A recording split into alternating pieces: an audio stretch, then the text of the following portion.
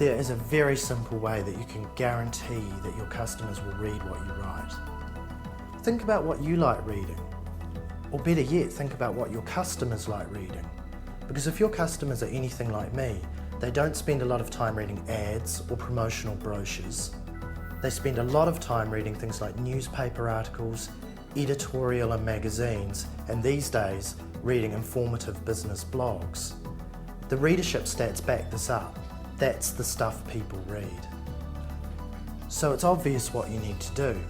Once you know what your customers like reading, get hold of an article and copy that. If you're selling some kind of technology product and you know your customers read Wired, crib that style.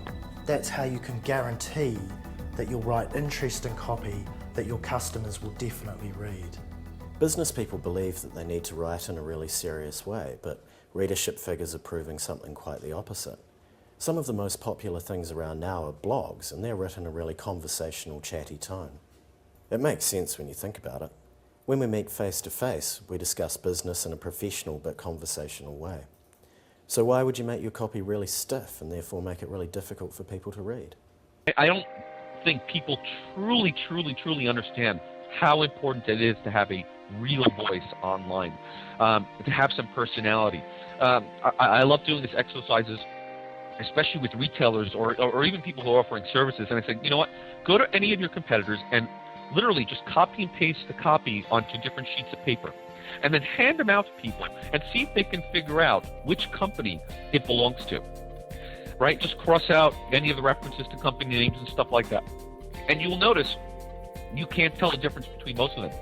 And that's because most companies lack a true authentic voice and a true persuasive voice that their customers actually crave. Online, the quality of your copy is obviously really important, but equally important is the way you lay it up. And I'm always surprised how few companies are taking advantage of this opportunity. Your web stats tools like Google Analytics show you really clearly how people move around your site and what they're reading. This means you can make changes and improve performance. And now it's going even further. Well, it's interesting because over the years we've done a lot of eye tracking research, and what you do there is you bring people into a lab and you have them interact with emails and websites and so forth. And in the course of it, you use a system that tracks the movement of their retina. I know this sounds terribly George Orwell, but it's very non-invasive. People just interact with a computer screen as they normally would.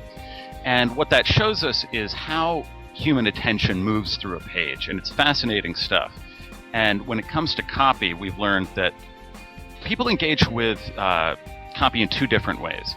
If it's product copy, if they're looking at it through sort of their commercial lens, they will absolutely pay attention to, they won't pay attention to headlines. They'll skip over headlines very often. They'll go right for the bullet points, because we've trained ourselves, both as the designers of pages and the viewers of pages, that those bullet points are going to have the key few pieces of information we need in those few seconds that we give a web page to figure out if we're in the right place or not.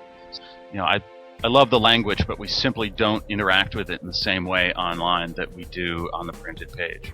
To get more tips from the experts, click the link now.